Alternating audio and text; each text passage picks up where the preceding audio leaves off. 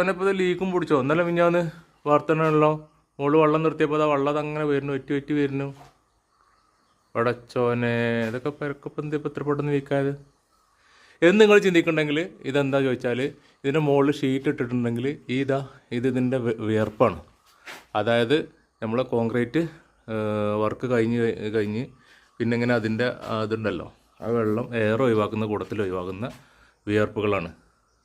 ഉണ്ടാ ഇങ്ങനെ തുള്ളി ഇങ്ങനെ ഒറ്റിക്കൊണ്ടേയിരിക്കും. അത് ഒറ്റിപ്പോകേണ്ടതാണ്. അപ്പോൾ അത് പോകില്ല എന്നാണ് ഞാൻ ഷീറ്റ് ഇട്ടാലേ പ്രശ്നം അതിന് മുകളിൽ ഷീറ്റ് വിരിച്ചാലേ പ്രശ്നം. അതായത് കോൺക്രീറ്റിൻ്റെ അടിയിൽ ഈ ഷീറ്റിൻ്റെ മുകളിൽ കോൺക്രീറ്റിൻ്റെ അടിയിൽ ഷീറ്റ് ഇട്ടാൽ ഉള്ള പ്രശ്നം എന്ന് പറഞ്ഞത്.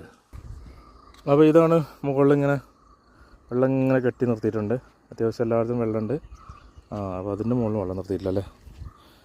ഓക്കെ, ചിമ്മിൻ്റെ മുകളിൽ വെള്ളം നിർത്തി.